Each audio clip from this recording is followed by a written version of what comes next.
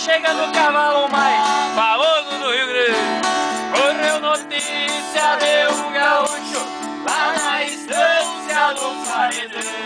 Tinha um cavalo tordilho negro, foi mal domado, ficou redomão.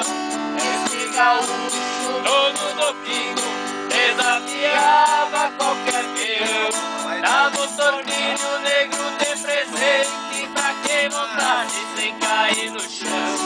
Eu fui criado na vida de campo, não acredito em assombração. Fui na estância do pau desafio, correu o ato da população.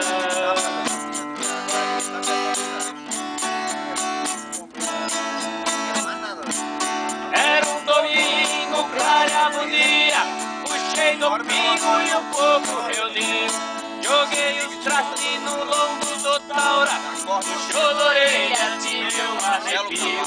Botei a boca da bota no estribo, algum gaiato por perto sorriu. Ainda disseram comigo, eram 8, que molhou a perna, montou e caiu. Saltei no lombo e gritei pro povo, este será o último desafio. Tordilho negro berrava na espora, por 20 horas ninguém mais nos viu.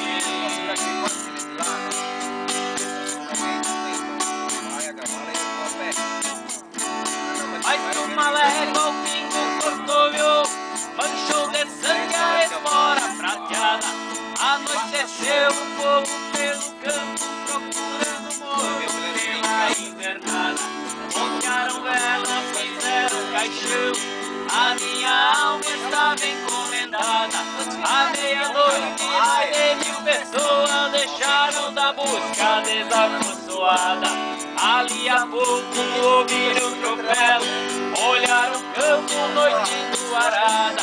Eu vinha vindo do tordilho negro, ele saboreando a marcha troteada.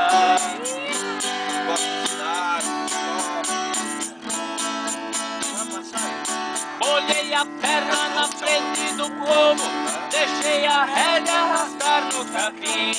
Banhado em suor, o tordilho negro ficou pastando ao redor de mim. Tinha uma prenda no meio do fogo, muito gaúcha, eu falei assim: venha provar a marcha do tordilho, faça o favor e monte de mim. Ando no pingo mais de meia hora, peguei uma rosa lá do seu jardim, levei pra casa o meu tordilho negro, é mais uma história que chega lá.